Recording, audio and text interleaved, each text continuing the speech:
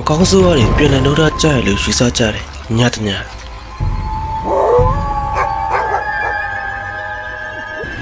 ကြောက်လန့်စရာကောင်းတဲ့ညတညကနေပျော်ဝှက်ရှင်မဲ့ဖြစ်သူပြောင်းပြခဲ့တဲ့ညတညအဲ့ဒီညကိုဟောလဝင်းလို့ခေါ်ပါတယ်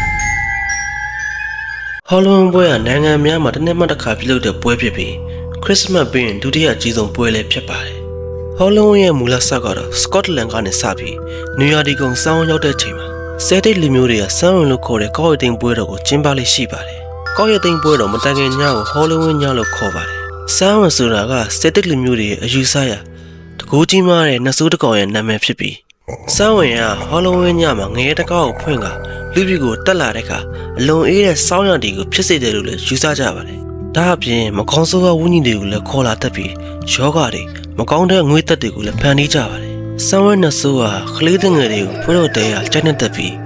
လူလောကကိုရောက်လာတဲ့အခါကလေးဦးကြီးတွေကိုစားတော့ကြရလို့စက်တိလီမျိုးတွေရဲ့အယူရှိကြပါတယ်ကလေးတွေဘေးကင်းရန်အတွက်ရစ်ပူစော်စူတောင်းပွဲများပြုလုပ်တော့လေပရလောကသားတွေကဝန်ရနှောက်ယှက်တတ်တာကြောင့်စူတောင်းပွဲလာကြသူတွေဟာတရေပုံစံများဝတ်ဆင်ကစူတောင်းကြပြီးပရလောကသားများကတူတူနဲ့တူတူပဲထင်ကနှောက်ယှက်ခြင်းမရှိတော့ဘူးလို့လည်းအယူဆရှိပါတယ်အဲ့ဒါကြောင့်ပဲယနေ့ခေတ်မှာကြောက်စရာကောင်းတဲ့တရေပုံစံစူပါဟီးရိုးပုံစံအမျိုးမျိုးပြင်ဆင်ကကျင်းပကြခြင်းလည်းဖြစ်ပါတယ်ဟောလဝင်းစကလုံးကအော်ဟောလိုအီကနေဆင်းသက်လာပြီးအော်တိုဝါ30ရက်နေ့မှာကျင်းပကြပါဟောလဝင်းရဲ့တင်ဂီတာမပါမဖြစ်ကတော့ Just Olatan လို့ခေါ်တဲ့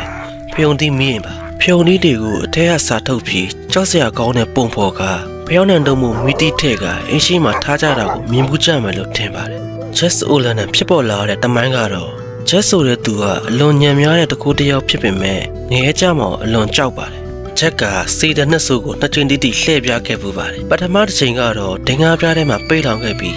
ဒုတိယတစ်ချိန်ကတော့တစ်ပင်ပေါ်မှာပိတ်လောင်ခဲ့ပါတယ်စေတနှစ်စုကလည်းအလွန်တော်တာထွက်ပေမဲ့တူလွတ်မြောက်ရေးတော့ချက်သိရင်ငရဲမကုတ်ဘူးဆိုတဲ့ဂတိကိုပေးကအပေးပြုလုပ်ခဲ့ပါတယ်ချက်ကလည်းစိုးမဲ့ပြီးတည်တဲ့ခါမှာတော့နတ်ပြည်ကလည်းလက်မခံတယ်လို့စေတန်ကလည်းပေးရတဲ့ဂတိတိုင်းလက်မခံတဲ့တော့နတ်ပြည်နဲ့ငရဲပြည်ကြမှာနေစရာမရှိပဲရှောက်သွားနေရပါတယ်တနေ့မှာချက်ကစေတန်ကိုလမ်းပြရန်တောင်းဆိုတဲ့အခါမငိမ့်တဲ့ငရဲမီးကိုပေးကမောင်တို့ကျွန်းလမ်းကြောင်းတိမယ်လို့ပြောခဲ့ပါတယ်မီးကအလွန်ပူတဲ့အခါချက်ကလက်နဲ့မကိုင်းနိုင်တဲ့အတွက်မုံလောင်ကူကိုအပေါက်ပေါက်ကမီးထိပ်ပြီးရှောက်သွားနေခဲ့ပါတယ်အဲကနေစတင်ပြီးဂျက်အိုလန်တန်လို့ခေါ်တဲ့ကြောက်စရာကောင်းတဲ့ဖေယုံတီးမီးရင်ဟာ